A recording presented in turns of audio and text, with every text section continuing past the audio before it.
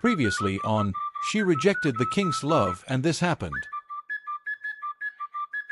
In the kingdom of Azura, King Cophetua is renowned for his fair and just rule but is equally known for his supposed celibacy, shrouded in mystery and rumor. 12 months after a prophetic dream, Cophetua encounters Nana, a beautiful but impoverished maiden, who comes to him seeking justice. Nana's beauty captivates the king, and he falls deeply in love, proposing marriage on the spot, shocking his court and igniting further rumors. Nana, however, is already betrothed to Kwei, a humble farmer and warrior from a neighboring village. Torn between her love for Kwei and the king's promise of a life of luxury, Nana faces an agonizing choice. Despite the allure of the palace and the king's charismatic presence, her heart remains with Kwei. In a moment of courage and clarity, Nana decides to choose love over power. Under the cover of night, she and Kwei flee the palace, leaving behind the splendor and intrigue of the court. Their escape marks the beginning of a new journey, one that prioritizes true love over royal decree, forever changing the lives of those in the kingdom of Azura. Stay tuned for part 2 of the story, The Lost Child of Azura. It is said that hell hath no fury like a woman scorned, nor heaven a rage like love turned awry. A woman wronged or rejected in love can unleash an anger so fierce and uncontrollable that even heaven itself cannot match the intensity of love turned to rage. Perhaps the same is true for a betrayed King Cophetua, for a man's wrath is like a storm, but a woman's fury is like a flood. Comparing a spark to a wildfire, it's safe to say that the night the king's fury ignited was one of the darkest in the kingdom, as everyone did their best not to awaken the royal volcano simmering beneath the surface. Years later, villagers would recall that night, shaking their heads and acknowledging that, for once, a woman scorned was like a dog without a bone, but a man betrayed was like a lion without a throne.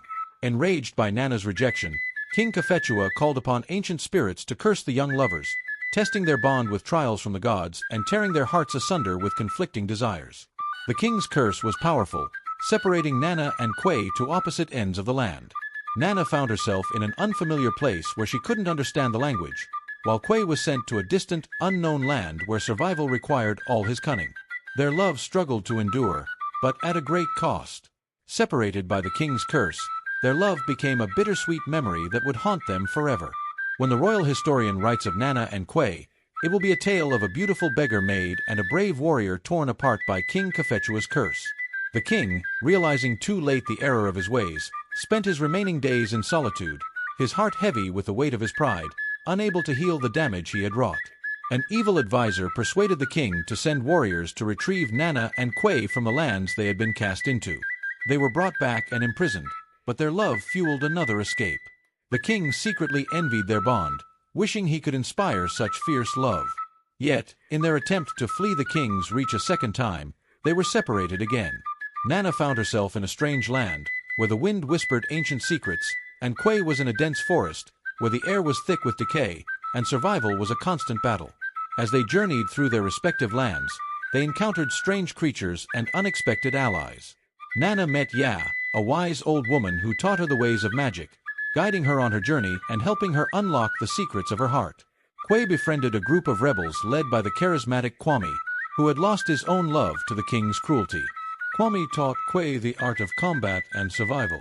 Despite the distance between them, Nana and Kwei's love remained strong, and they knew they had to reunite, no matter the cost. Nana learned the language of her new surroundings, and Kwei began to navigate the treacherous forest.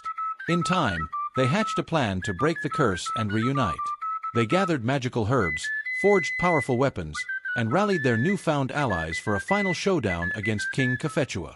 The battle was fierce, with spells and swords clashing in a spectacular display of might and magic. Fighting side by side, their love and determination fueled their strength. In the end, their love proved to be the strongest magic of all, shattering the curse and defeating the king. He was banished, and his weak uncle, blackmailed into abdicating, was replaced by the more ambitious house of Amma. Even in defeat, King Cophetua begged Nana to marry him, offering her the kingdom, but she refused, reminding him that she had already chosen whom to love. With the curse lifted, Nana and Kwei were finally reunited, their love shining brighter than ever.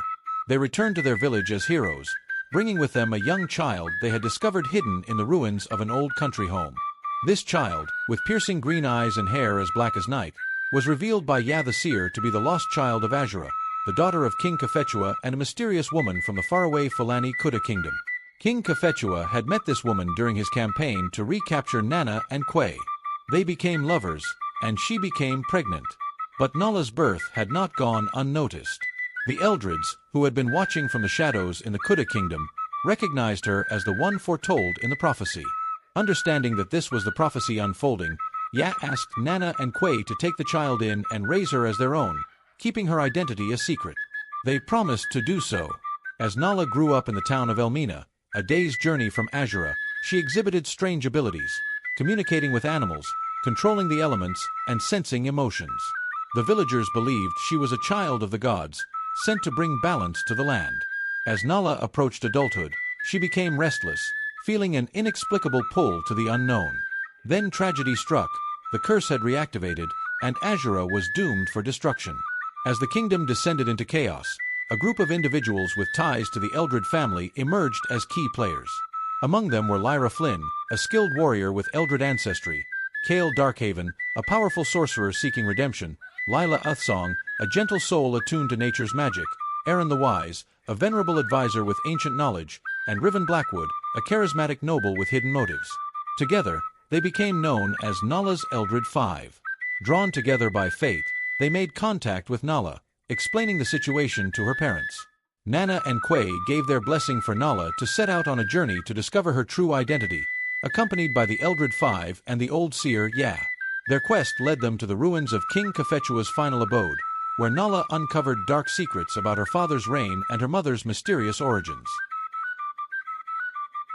It soon became clear that Nala's powers were not a blessing but a curse that threatened to destroy Azura. Racing against time, Nala and her companions sought to uncover the truth about her past and the source of her powers.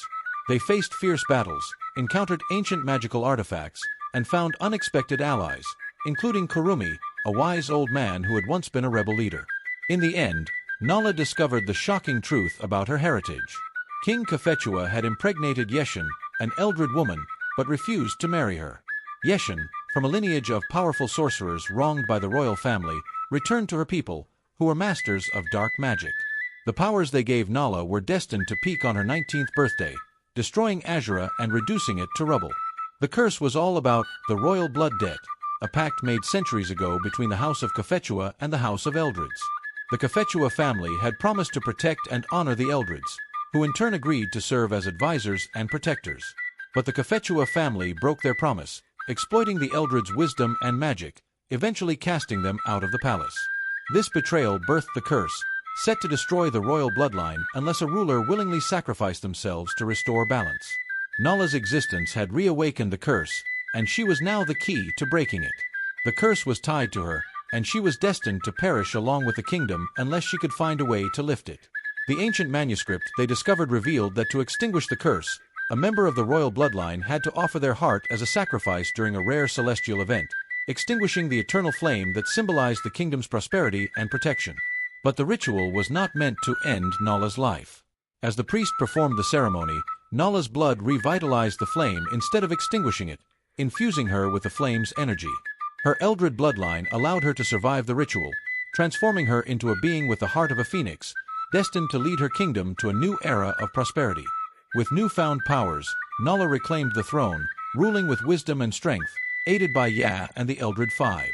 The tale of Nala, Nana, and Kwei became a legend, a testament to the devastating power of hate and the redemptive power of love. Their story, told and retold in Azura, served as a reminder of the importance of honoring the heart's true desires and the transformative power of love and forgiveness.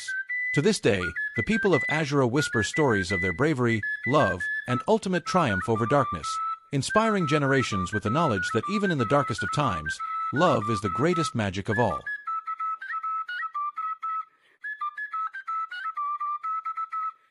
What is the true nature of the royal blood debt? Can love and sacrifice triumph over centuries of hate and vengeance? And who will emerge as the rightful ruler of Azura in the end?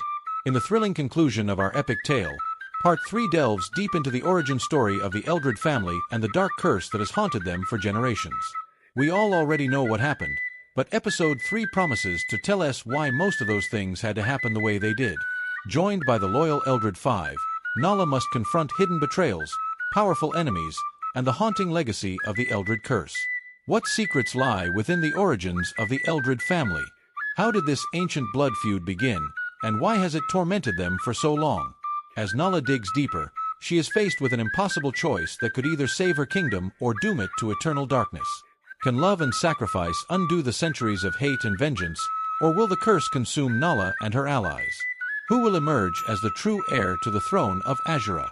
The answers lie in the explosive finale, where destinies collide, secrets are revealed, and the fate of an entire kingdom hangs in the balance. Don't miss the final chapter of this epic saga, where the origins of the Eldrid family's curse are unveiled, and the true power of love is put to the ultimate test. Stay tuned for a finale that will leave you questioning everything you thought you knew.